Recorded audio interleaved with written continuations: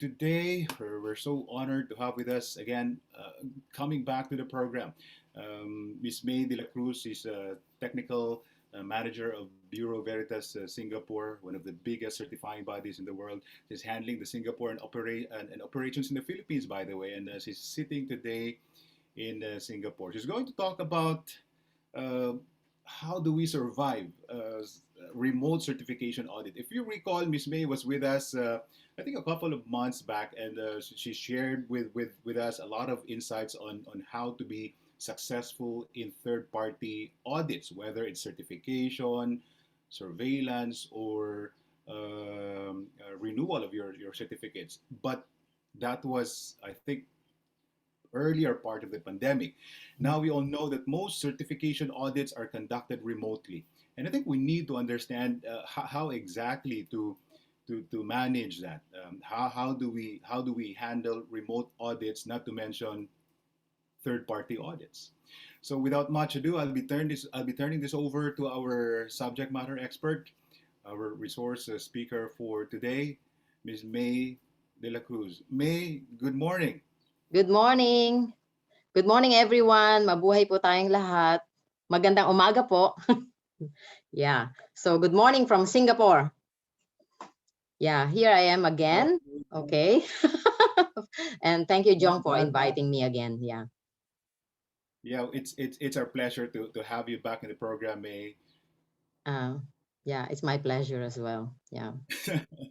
And I understand Ms. Mm, May been busy doing remote audits now that we are in this pandemic. We'd like to pick your brains on this, and mm-hmm. as most of our participants in this program are embarking on a third party audit remotely, where let's be honest, we're not familiar with this territory. We'd Mm, rather, well, I think for me, we'd rather see an auditor coming on site, and at least we can talk to the auditor directly, maybe manage the conversation. And now it's even more challenging, Miss May. We will have to deal with an auditor auditing us remotely, and this is certification audit. So uh, tell us about this, and we'd also love to pick your brains on this. And maybe later on, Miss May, if we can allocate about 10 minutes of your time, we can have a Q&A. I'm sure, sure our sure, participants will. sure. Yeah. Yeah. Yeah, this pandemic has changed our lives, and we are not ready. We have to admit that we are not ready when this pandemic came.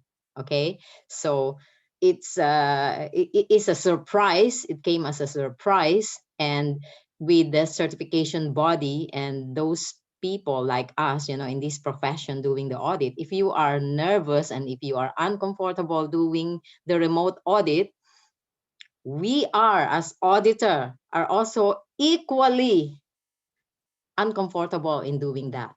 Okay, uncomfortable in a sense that it makes it a little bit challenging. Of course it's difficult, I must say, because I have done that myself. And my audit is you know me, Jong, I'm when handling all these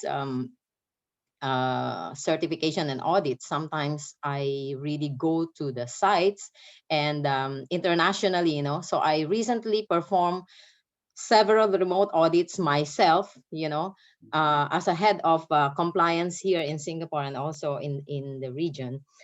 I need to develop some programs. I need to develop some policies, and also I need to develop some procedures. And I believe that this experience that I have will be valuable to our participants here today.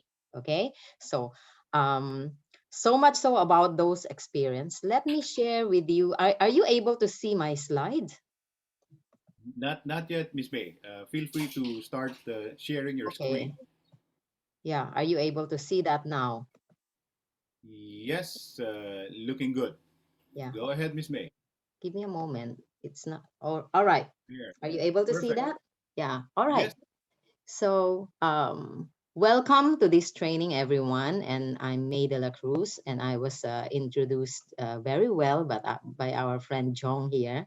Okay. So I have last time, I think a few months ago, last year, we are here and we talk about how to survive the audit. I think Jong is always a survivor, and I am as well.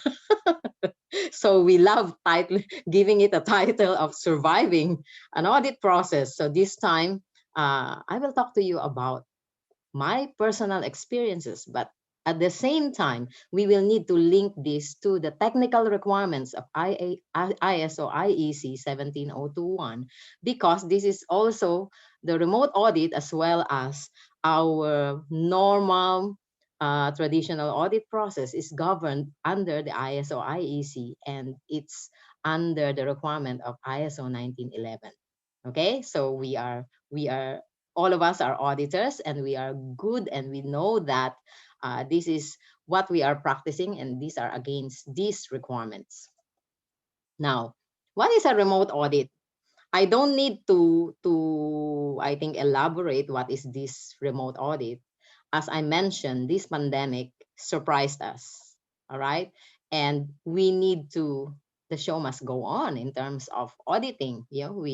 Our management system should not stop right there and there. So therefore, we have developed, the UCAS, all the accreditation bodies develop these processes, including all the certification bodies, um, like Bureau Veritas. This is an alternative method for us to maintain our certification, and we perform compliance audits in order for us to make sure that during these trying moments, this pandemic, we continue to comply to all the requirements. Okay, but let me assure you that as long as this pandemic is here, this alternative method should be here or shall be here, but the default audit methodology that is generally accepted is still the default audit, the face-to-face audit. Okay, so this remote audit is temporary, and this will only be used during a crisis like this, or a pandemic like this, where we are unable to see our auditees face-to-face. Now, again, as I mentioned, this is not, the process is not embraced, or this remote audit is not embraced just because we wanted to continue the business of certification. No, it's not. It's also being referenced to the compliance, to the conformity requirements by ISO IEC 17021 2015 version. Okay, there are mandatory documents that were released by the IAF, International Accreditation Forum, to govern the use of information communication technology, the ICT that we call, because this is the tool that we use in performing and completing the remote audit. All right. There are also informative Q&A, informative document and principles for remote auditing in certifications, okay, in various certification, whoever your certification body is. All right. So if you are surprised, how does certification body embrace this, and how do they develop these procedures?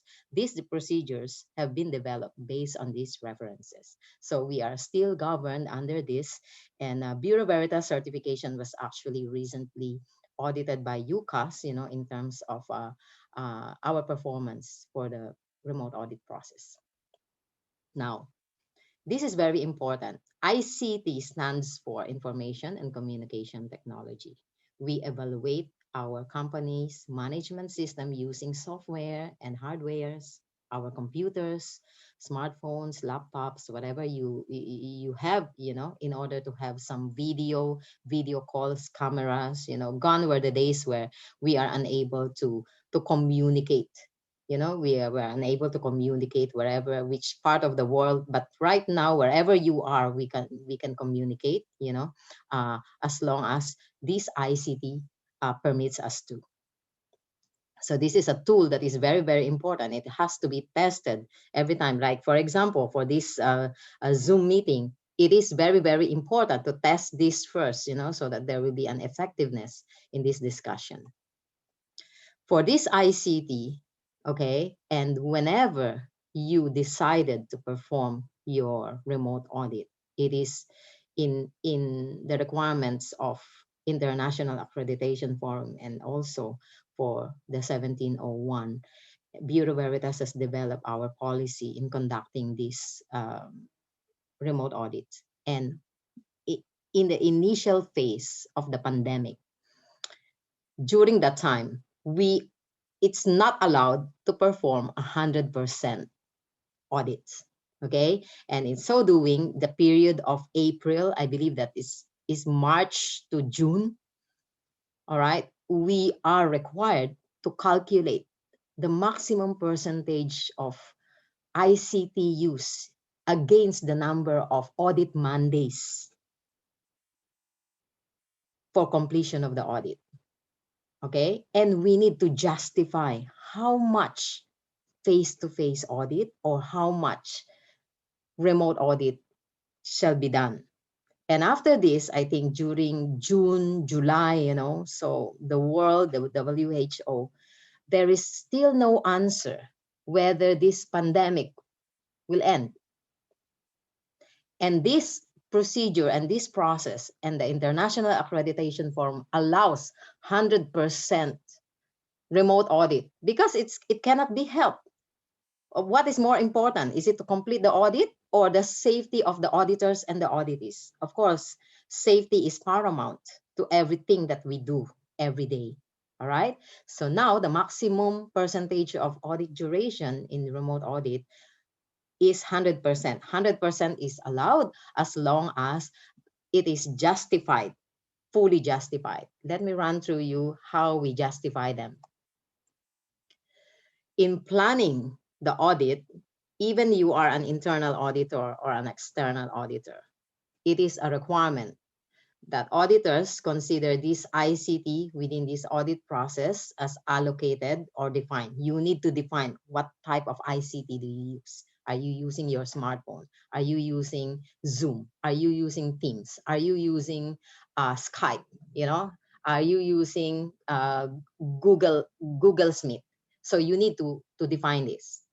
The second point is we need to, in the management system requirements, most of you are IMS or even basic 9K. All these are in the platform of having a risk-based approach in performing our activities. And therefore, the risk and opportunities assessment and the appropriateness of this audit process using the ICT is a must. There has to be an identification of risk, identification of opportunities, the RNO, and at the same time, it shall be a risk-based approach to the auditing. So in BV, as an auditor, okay, so we need to basically identify what may be the risk, when we are performing this, so that we can have some control measures in order that the audit will be effective. At any stage, the auditor has to ensure that the process and the department that has been validated is eligible for the ICT audit. It's not something like, okay, hello everyone, tomorrow or next week we are going to perform a remote audit. Okay, because we have attended this AGP webinar and we are ready. So how do you make yourself ready for this? You need to identify also, there is a process, identify the ICT. You have to test them. You have to test the connections prior to the audit. And in fact, it is a mandatory requirement by Bureau Veritas. Whenever we perform any audit, whether it's a recertification audit, stage 1 audit, surveillance audits, okay? So that testing of the ICT is paramount to the performance of the audit. It's not that we announce to you, ABC company, it will be a remote audit. The recent audit that I have performed is in Viola, Japan. Okay, and we have half a day of testing this ICT. We test our video, the sharing of the documentations, whether it's clear what will be the mechanism, and we agree, how we are going to validate the processes using, validate the processes remotely. That is interesting. Validate the actual process remotely. Now, there are some additional, we talk about documentation first, because whenever we do a remote audit, it is more on documentation sharing, because when we say that we are auditing, we really need to get the objective evidence of compliance to the requirement, right? Do you agree? Agree, everyone? Of course, I know it's silence means none, or silence means, but I know you can hear me. Yeah. In auditing, the objective is to get that clear objective evidence of compliance to the requirement.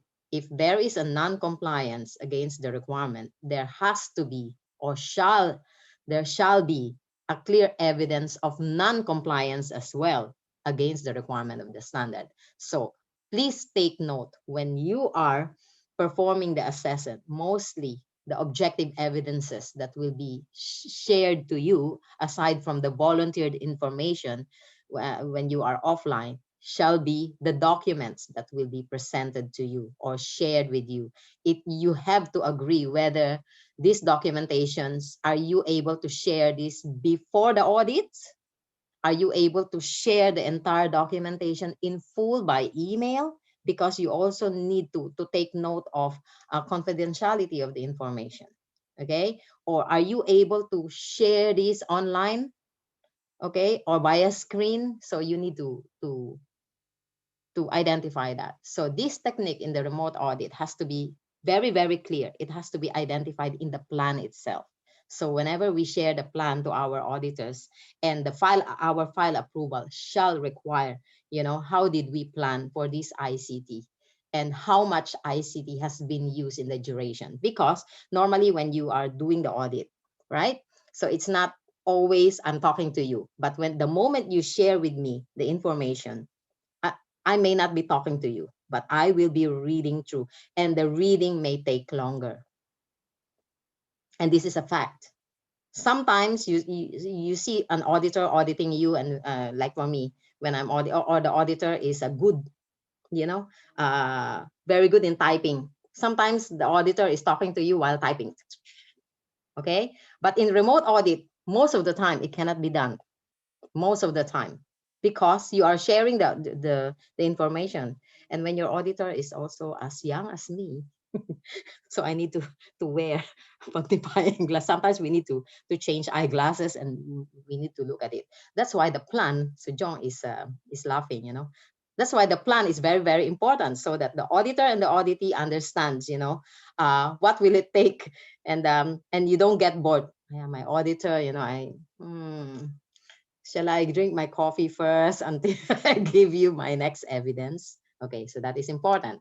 Next, your approach, this approach has to be fully explained to your auditors, to your auditee at the stage of the audit planning itself. And it has to be confirmed by the auditor during the opening meeting. It has to be explained. What can you expect? Okay, even if this is the first time that you are going to do the remote audit, you have to test your process first. You have to test whether there are some technical issues or problems, with in the ICT that you have identified. And each member of your audit team, if for example it's a team, it's not a one, definitely it's not a one-man show, it will be a team of 2, 3, 5. Okay, each member of the team has to be briefed and understand this ICT. Okay, sometimes there is this misconception, it's a remote audit, it's easy, we will do it at home, you are at home, so I think it's easier. Mind you, it's not. This is more difficult than the face-to-face audit. Even our auditors, initially, when we feel that, okay, we will do it remotely, it's in the comfort of your bedroom, it's okay, but experiencing it myself, it's not as easy as you think. Okay, when you want to do a proper audit remotely, it has to be understood. You need to be synced for all the members. You need to know, and the members, if you are the team leader, you need to ensure that each member of the team understood how you are going to do the process, understood the use of ICT, and as well as how it may impact to the validity and the limitations of the information that may be gathered remotely. Okay, so when I'm talking, and then when you have some answers, please jot them down for a Q&A later on. Okay, now, is it important that the competence of your auditors will be confirmed? Yes. Okay. One of my client, when I have performed this, we have given them a briefing, and then we have a short awareness about doing a remote audit. So they asked me, Miss May, okay, in our ABC company, do we need to have a training for our own internal auditors for remote audit? My answer to you is yes. At least, there has to be, you need to confirm the competence of the auditors in terms of doing a remote audit. So is it a very, very um, special audit? No, it's just a matter of whether people understood the remote audit. What is the process? How are you going to share information? Okay. And in fact, you can revisit your internal audit process in order for you to incorporate um, this special process. Okay. Some of you may have your BCPs, business continuity planning. Some of you may have that because in Singapore, the companies are required right now. So in order to continue, there has to be some BCPs that are enforced, and your control measures. And if there are some issues that has been that are to be experienced in the middle of performance of the audits, okay, so you know what to do. All right. So identification of additional training requirements for personnel authorized to perform this remote audit is a must. In Bureau Veritas certification, all our auditors has to pass the e-learning test for the remote audit process before we are able to be allowed to do a remote audit. Even our associates needs to pass that uh, test. Without that, and we mistakenly assign an auditor that did not pass this remote audit process for Bureau Veritas, the file will be disapproved, and we may be liable to repeat that segment of the audit performed but by a non-competent auditor. Okay, so if it is done by the external body, it is also required that internally you may want to revisit this training. Is it a very very complicated training? No, it's just a simple training, to give an assurance that the training that will be the audit that will be performed remotely will be effective. Okay, audit execution. This is the exciting part. If most of you, I believe that most of you have attended this surviving the audit, when we are performing the normal audit. I do not know whether you recall that my favorite slide there, where you need to identify the processes, identify the requirements, accordingly the resources, and realizing the output of the audit. When you do execute the audit remotely, okay, the general rules, please remember the general rules for auditing. So this execution of audited is derived from the policy that we have defined for Bureau Veritas. Okay, and this is implemented across the globe by Bureau Veritas, no matter wherever you are.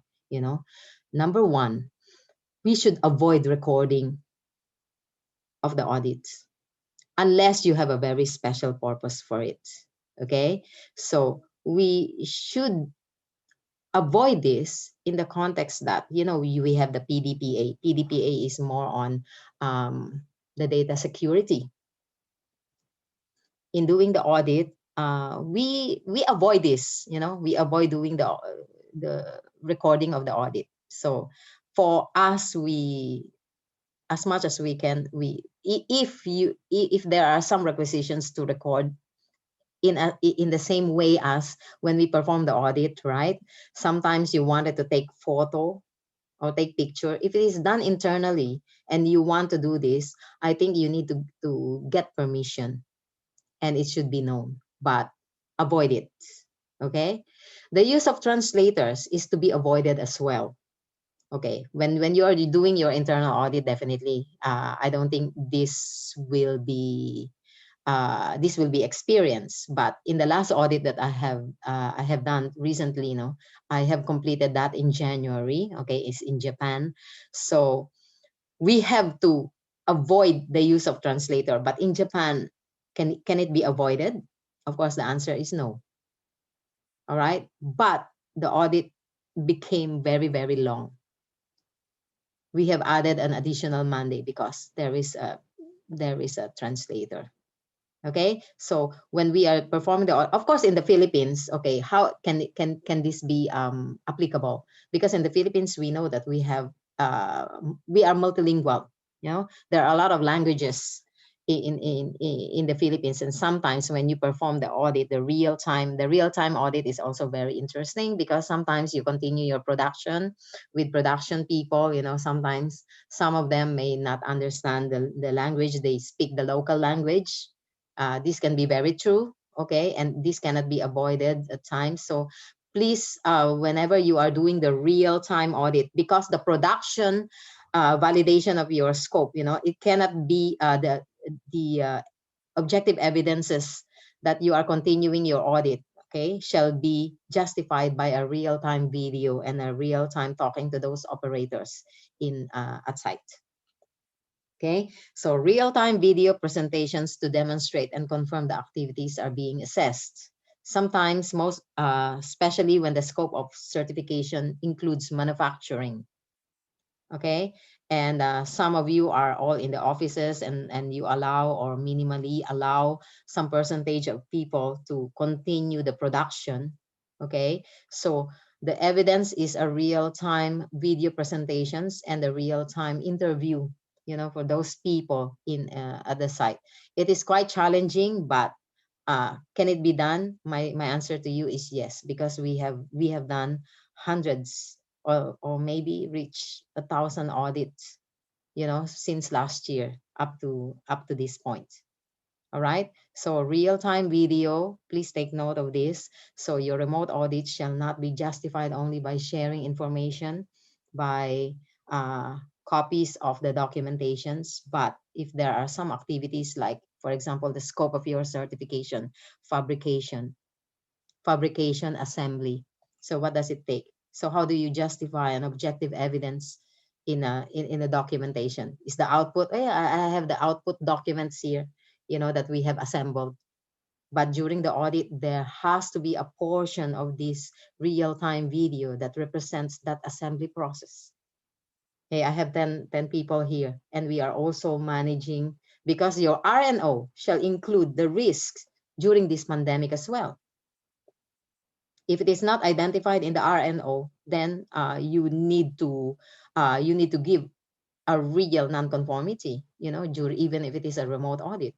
The RNO shall entail the identification of risks and opportunities during this pandemic, during this crisis. How many of you have done that? Most initially, you know, it probably it may, you know, it slipped somehow. Most of the time when we are auditing, this is what we don't see.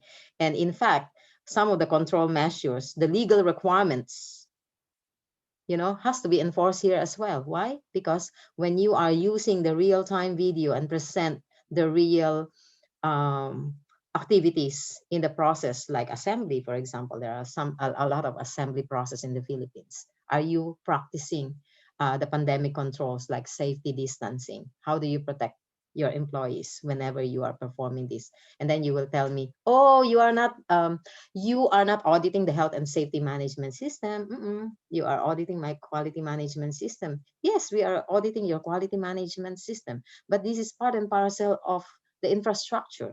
This is part and parcel of the resource. And this is part and parcel of your RNO. Okay, so I hope we are clear on this real-time video that shall demonstrate or confirm that the activities are being assessed. Because in Bureau Veritas, if there is no activity, okay, so we call it, they because in Singapore, they by the way, understood Malaya. So they say, okay, 50% I perform a remote audit by a documentation, by the 50% is utang. You know, so that means you pay back that 50% when you are allowed to assess the real operation. In the beginning of this pandemic, okay, the UCAS, or the International Accreditation Forum, this is the initial policy 50%, and after 6 months, you are allowed to do your process. But Mm. after a few months, 5 months, oops, everybody became nervous. And there were policies that were released, that we are given the veto, power of veto to assess, and you justify why you are going to do 100% remote. But nevertheless, 100% remote audit, you still need to show the real-time video presentations to demonstrate that there is a process that are really continuing. Because if there is totally no process, that means your management system is not continuing, isn't it? Miss It is May, not possible. Yes. just to clarify further, so when we say Mm. real-time video, the auditee will have to use a mobile device or something. Say it again, John, because there's a little bit of choppy. Your voice has become choppy in the beginning of your statement. Can you repeat it again, please? Yeah, Miss May, I was saying when you say Mm. real-time video, the Mm. auditee should use a mobile device connected to the internet so that he or she can show the process being actually implemented in real time. Is that what you mean? Yes, yes. It's not you record a video first. Okay, tomorrow is your audit. Today, okay, I give you a recording of of our production, and then tomorrow I show you. Mhm. So I think it's a no-no.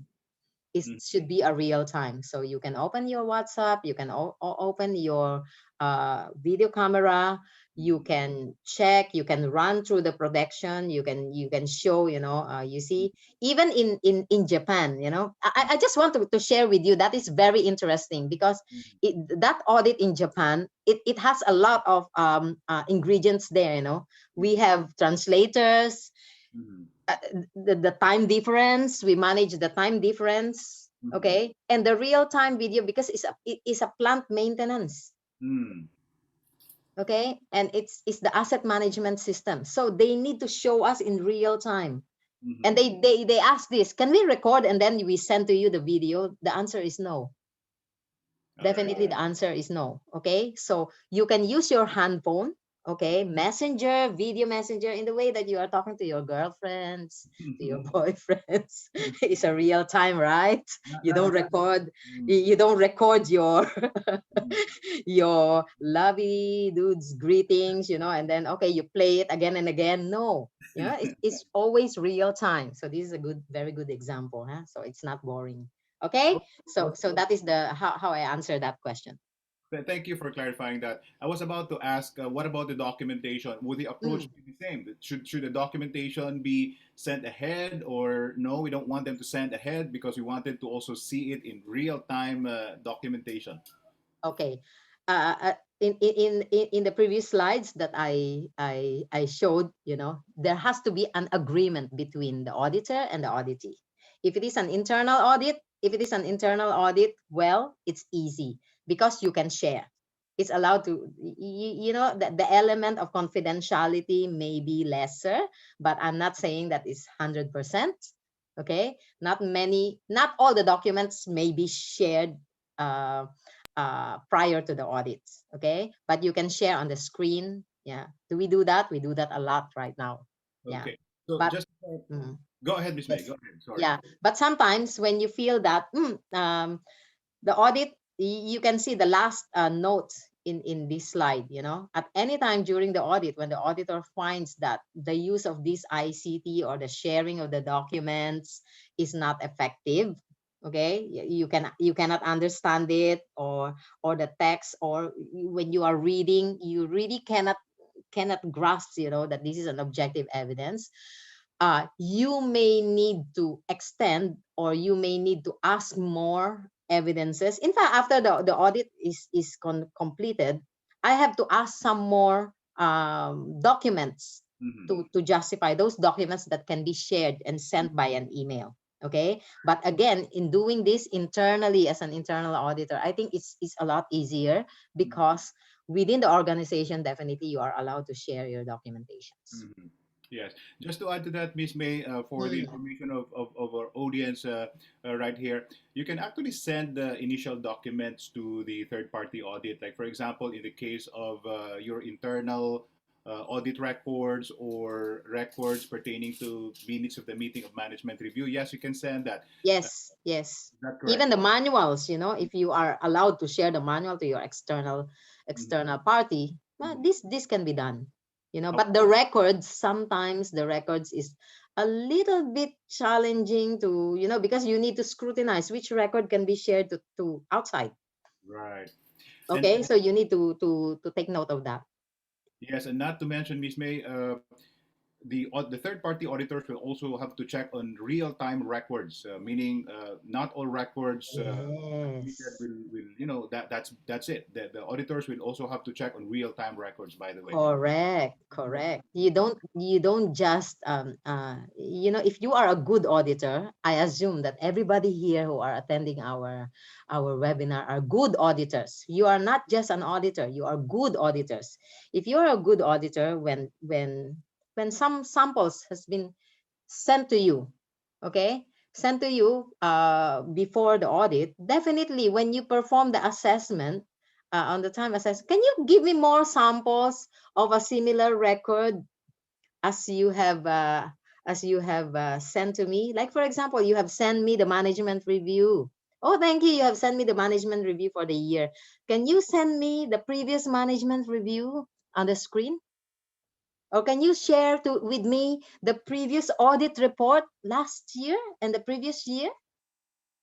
You can also do that. That is a real case examples that what I have done. They have shared with me the current management review, internal audits. Okay, but during my audit, I asked them to share with me uh, the previous ones. Can you share with me the previous one, or if you have some time, share with me the 3-year cycle internal audit and the 3-year cycle of your management review. So you can do that in any kind of record, mandatory record required by the standard you are auditing. Okay? Thank you, Miss May. Thank you. Yeah. Okay. Again, there is a note here that I have emphasized. At any given point of time, the auditor really feels that the audit shall be aborted or it cannot be effectively completed. You need to reschedule the audit. Do we have that? Yes, we have aborted, I think, two, no, some of our auditors, because we have agreed about the ICT. And yet again, when we are doing the audit, when they are doing the audit is one of the auditees, I think they are unable to use the ICT, and that is the key process. So they need to reschedule the audit. Of course, audit is a very expensive exercise, huh? Yeah, so that's why the planning here is very, very important. Okay, this is also very important.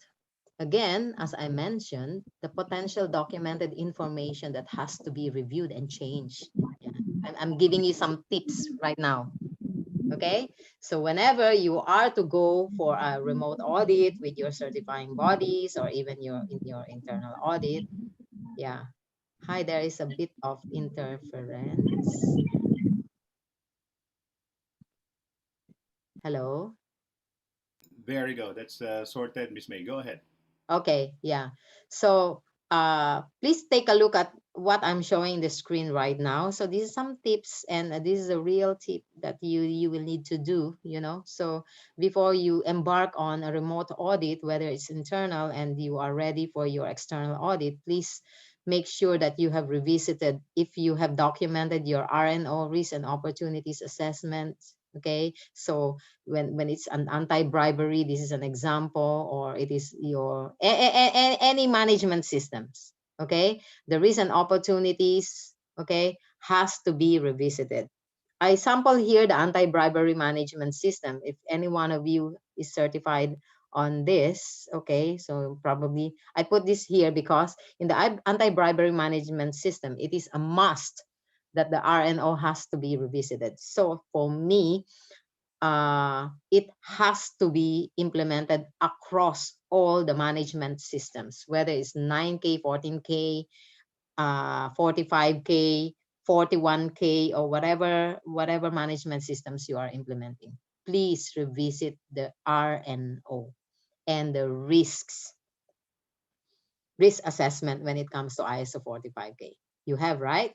Yeah, I'm sure that we are all familiar about this.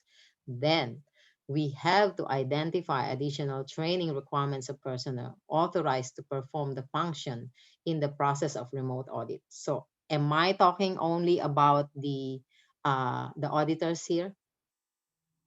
Yes. Well, we also have quality management reps here, Miss May, some process Mm, owners, yeah, some document, correct. Yes, entire yes. So members of the ISO team. okay, members of the ISO team. Of course, members Yeah. of the ISO team, we assume that all of them are internal auditors, but is it limited to them? You don't want to be Actually, caught that in the internal audit. Oh, everybody is aware of the remote audit. Then you go to the process owner. Yeah. So you will waste a lot of time there, because they are not part and parcel of the planning. So this is a common pitfall. And during the beginning of this remote audit, this is always a mistake.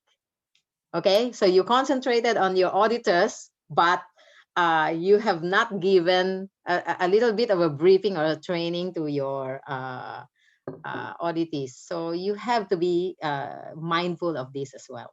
Okay, so it's not only concentrating on the auditors, but maybe the head of departments, head of department, the leaders, shall be given a little bit of a briefing on how to do about this, the sharing, so it will save you a lot of time during the actual remote audits.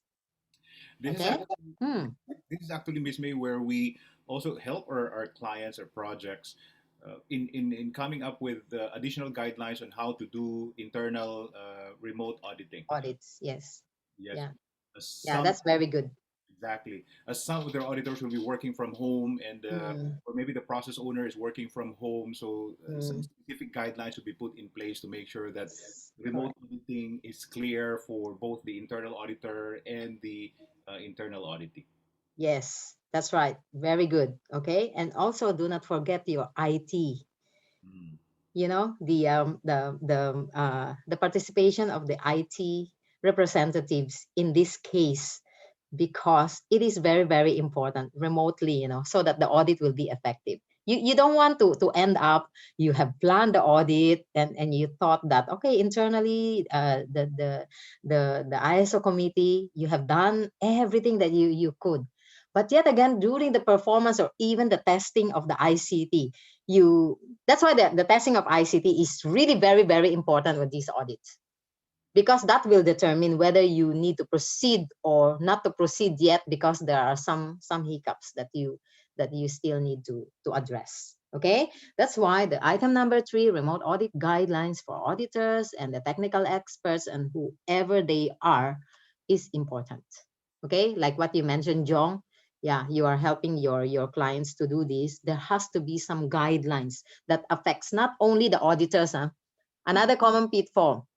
Okay, they revise their internal audit process, but the guidelines is only limited to the auditors, internal auditors.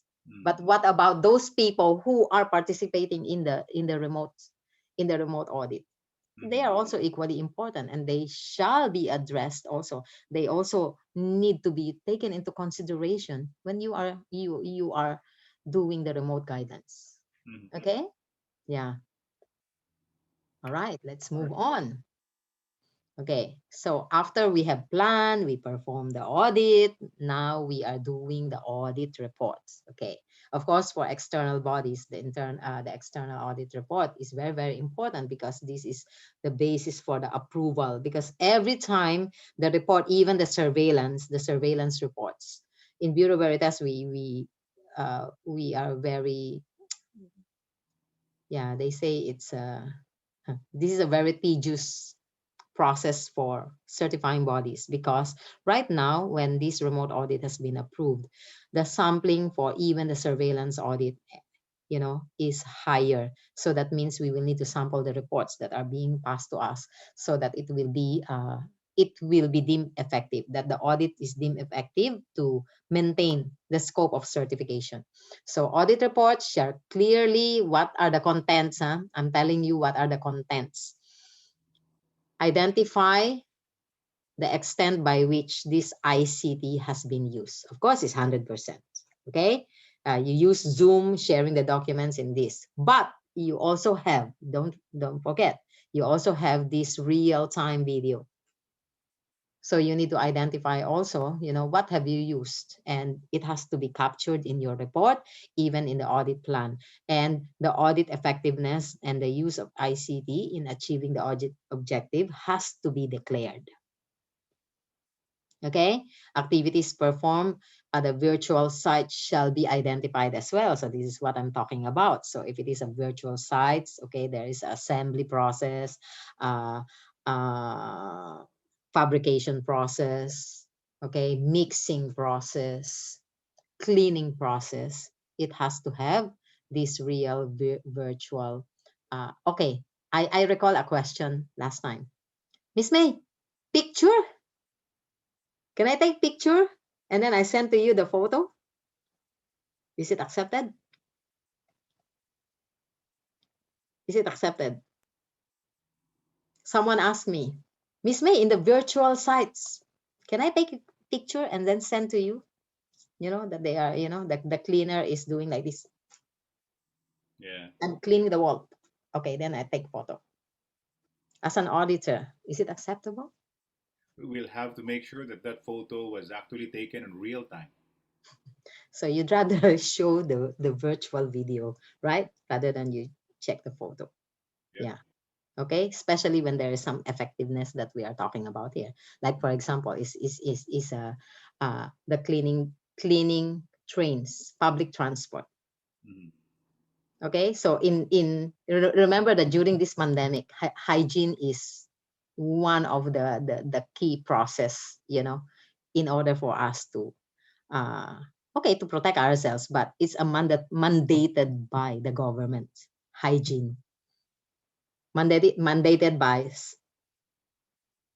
okay, I'm talking about here in Singapore. It is a mandate, for those that are offering this kind of services, and we need to validate that. Okay, so I'm talking about an example is an asset management system certification. So maintaining by hygiene process. Okay, that means cleaning. So if you will ask me, Miss May, I send a photo of my cleaner, and also a photo of what they are using, the tool and the mixture of, my answer is no. You still need to show me the actual process, okay, in a real-time video. All right, that's for number 2. Then the audit report shall record the list of people having attended the remote audit and their respective audits in the site audit. So you need to identify that in the report. It's not only the attendance, you circulate the attendance, right? Circulate, oh, everybody sign. Okay, but now it's not possible that you circulate an attendance, or you can also screenshot those who have attended uh, in your Zoom or in your Teams. Okay, so you can also do that, but in your report you need to describe, you need to identify that these are the people that have attended. Okay, if you want to capture the screenshot in the report, why not? Yeah. Okay, so those are the real examples of objective evidences in the report. This is basically what we are looking at when our auditors submit the reports. Okay. Ooh. How do we find objective evidence? I'm sure everybody has been trained about this. Reviewing the documents, though it will take a longer time. Okay, agreement between you and your auditee, whether you submit the documents or process the procedures ahead. Okay, there's also a question, how long, how early do we need to submit the document? Most of the time for me, it's 2 days is enough. 2 days before or 1 week before. Okay, so these are reasonable. But most of the time, I tell you, whenever you say, okay, 2 days before or 1 day before, sometimes it's not happening. Yeah, so you need to strictly define the time when the documents will be submitted to you in advance. Okay, so it can be 2 days in advance or 1 week in advance. 1 month in advance, I think, is not. very practical. Okay, looking at your records. Okay, the records, again, sometimes there are records that cannot be shared in advance. The scanned copy of records, it's very selective. Okay, so records most of the time will be shown to you in a real time uh, audits. Interviewing people, this time around you need to need to increase the number of people you are interviewing, because anyway it's by Zoom. Okay, you can accommodate 10 people once. You know, one auditor against 10 people. Okay, I need to see you. Okay, so another you know me, John, I'm also very strict. Okay, people here will ban me as their auditor when I'm auditing via Zoom. I anyway, it's not only my prerogative, but it's a must for us whenever we are doing a Zoom audit. Okay, the video must be on. When I'm also teaching, the video must be on. Okay, so it's not something that, okay, I attended and then this, okay, so the video must be on. All right, so it's part of our remote audit procedure. Okay, interview people in as much level as you can to trail your audit. In the remote audit, this is a must so that you can justify the effectiveness. Okay, observe practices in the physical environment by a real-time video if the scope includes fabrication, production, uh, mixing process, that requires these tangible outputs. But when the output is just a document, like for example, purchasing, do you require a real-time video? What is your answer? Yes or no? Purchasing department, you are auditing the purchasing department. Do you need a real-time video for the purchasing department? Okay, answer for you to be easy. Purchasing department, no. Why? Because purchasing department, what with, okay, if I'm the purchaser, okay, I'll show you myself. I'm doing a procurement. This is my computer. So I don't think that is practical. Okay. In procurement, they can show you their list of approved suppliers. I can reiterate to you how we qualify the suppliers. I can show you the evidence of my process, because the objective evidences and the output of this process purchasing are all documents and records. Okay. Against assembly. What is my output when I do assembly? It's an assembled process. Therefore, I need to show you a real-time video of that process. How did I follow, and then whether the assembly is following the measures that you have identified in your RNO. Okay. Remote audit assessments. What are the key parameters that you are looking at? Performance.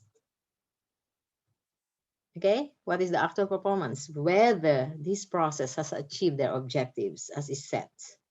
Process controls. If they are work instructions, have they followed the work instructions? So this is very, very important right now, because in this era of the new ISO 9000, is always practical. But how do you assess the practicality of it? By video. Okay, it's possible, but there is a trick there. So you get the process control, the work instructions, okay, and you assess, based on that work instructions and the respective output of the steps. So in that case, that is a one way, to assess the process controls according to the existing work instructions. Okay, I'm giving you that because in our auditors meet, we also talk about how do we do this, via remote, via Zoom. Can it be done? Yes, it can be done because you have the process. Okay, so what you can do, My suggestion, okay. My suggestion are all those that I have done myself, huh? Okay. I'm not saying that that is true for everyone, but for myself, what I have done is, oh, you have this kind of process, and I think it's critical for me to justify, and this is a critical process. Can you send me ahead your work instructions for this, the procedures for this? If you can show me a record, you may, but if you cannot, it's okay. But during the audit, we will run through this process. Okay, sometimes I don't tell them that I'm going to run through the process. Okay, can you show me, oh, in your process you say that you have a record, can you show me that you have retained the record? How have you retained the record? How are you ensuring that the records are retained even during this pandemic? Okay, changes, are there some changes in the process? Have you changed anything in the process during this pandemic, during this crisis? Mind you, there are changes. There are changes. Okay, so you need to validate this. You need to look through this. Where can you find this? Of course, in the RNO. You can also find this in the RNO. That is the easiest objective evidence that you can use, for these changes. Okay, Miss May, how do I know that? Externally, we do not know exactly what are the changes in the organization, but internally, you are able to know that, right? External bodies may not know, and it will be very tricky for us, and it is very difficult for us to identify what could be the changes that happen in the organization during this pandemic. We may not know, but for you as an internal auditor, you know, especially the members of the management. Okay, let's just run through. This is we should, for auditors, whether you are internal or external auditor or consultant, this has to be your favorite slide of all time. Okay, because this is our, what is this? This is the high level structure where all the management systems, not limited to ISO 9K, 14K, tell me all the ISO, even the 45K that is newbie in the ISO family, they follow this high level structure. Okay, so I should not run through this because I believe that you are all good auditors. For new auditors that are participating right now, okay, please kindly look for this high level structure, and I'm sure this is available in your organization, or maybe John can share this to you. Yeah, so this is common, and you can find this, I think, even in Google. Mr. Google can share this to you, the high level structure. This is very, very, very common right now. Okay, so 10 elements, and these 10 elements, these from section 4 to section 10, these are the auditable requirements of the high level structure that is zooming into the specific requirements of whichever standard you are embracing. Okay. Okay, that is really clear, Ms. May. And I think for this one, we'd probably have to schedule another webinar for this. Maybe if you'd love to go back, come back, and we can just review all Sure. the auditable requirements. Thank you, Ms. May. Auditable requirements, yes. Okay, maybe we zoom in one by one. How do you comply to this? No, What are the example of compliance to this? that's gonna be for another session, Miss May, as we are pressed for time. Yeah, I know. Yeah. Ms. All May, right. So this is the last slide, actually. all right.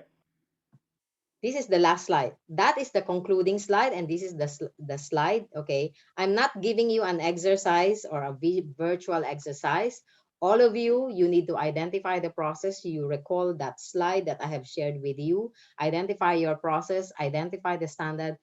Even if it is a remote audit, the same principle applies. Okay, and you need to pre-identify your objective evidences to comply to the requirements that you are auditing remotely this time. All right, so with that, thank you very much, and let's proceed with Q&A if you have. If none, then I thank you for your participation and listening. Thank you, Ms. May. I think we can still squeeze in some quick questions here. Uh, Ms. May, your thoughts, because after that presentation, seems to us that audit really didn't change at all. It's still the same. You have to check on the process. You have to check compliance to conformity with Yes. the clause. You have to look for audit evidence. Only thing is that it's done virtually. Is this favorable to the auditor or more favorable to the auditee? What are your thoughts? Favor, I think in Yeah. some ways, okay, it depends on your perception. Okay, if I am an auditee, okay, and okay, maybe if I have not, it's not about the favor, favor to you, I think it's very unfavorable to the auditor. All right. You know why? Because the auditor is the one that the objective of his audit or her audit is to get as much objective evidence. Okay, Mm, but sometimes it gets a little frustrating for an auditor to get that objective evidence remotely, because sometimes you cannot understand each other mm, even remotely. That's why when you are doing a remote audit, you need to, for me, I wanted to have a video of the person that I'm talking to. mm. Okay. So this is very difficult for the auditor, if I may say. So having Is said it? Yeah. having said that, Miss May, this remote audit is favorable to an auditee. Not really. Okay. Let me tell you a setback. I'm now an auditee. Mm, Okay. Have I been an auditee? Yes, because UCAS is auditing me. SAC is auditing me. Did mm, it happen? Yes, it happened last July and November. mm, Okay, so what happened? I'm an auditee, right? So I will need to prepare all those documents. And mm, I will need to make sure that, okay, during the testing, our auditor is old. mm, And then he keeps on, it's too small, Miss May, too small, too small. Okay, so I'm stressed. I'm really stressed. My team is also really very stressed. We need to come to the office. We mm. decided we need to come to the office. Everybody needs to come to the office because we are unable to show the evidence. So equally, I think it's not about favor, but it's about the difficulty of how you do it perfectly. If you even if you which side, auditor or auditee. Yeah. Thank you for sharing your experience as an auditee. I think the key word there just mentioned it is still preparation. So the key here is still preparation, preparation, preparation. So Preparations. Yes. Planning, planning, planning. Prepare, prepare. planning, planning. Exactly. So I think that's the key there on how to survive this Mm, remote audit. Really looking at all the details, and you've mentioned earlier, ICT plays a very vital role in remote audits. So you might as well make sure that technical testing are all conducted prior to that. And of course, and as yes. you Yes. mentioned, the plan. I think it goes without saying that the audit plan should be very specific when it comes to how much is remote, and then how much percentage would be on site. What sort of documents are they going to look at? Correct. Correct. At the end of the day, it's really still about preparation. And well, Miss May, thank you once again for You're sharing your welcome. expertise with us. Any last piece of advice for those who are about to embark on a third party audit? Just do your best. You are good auditors. And don't think about surviving the audit. We are still alive here. I have been doing this for 20 years. I survived it. I'm still alive. So it's not about surviving, but emerging, emerging through it and getting the point of getting the objective evidence, or meeting your objective in a perfect and well managed remote audit. That's all. Thank you, Ms. May. There's one quick question here from Sir Noel. Is there a prescribed format in the auditor's report to be made by the internal lead auditor? There is none, Sir Noel. It's basically discretionary upon you. How would you make it look like? But make sure that all the pertinent informations in the audit report should be included in that report, no matter what the format is. Okay. Thank you, Noel, for that question.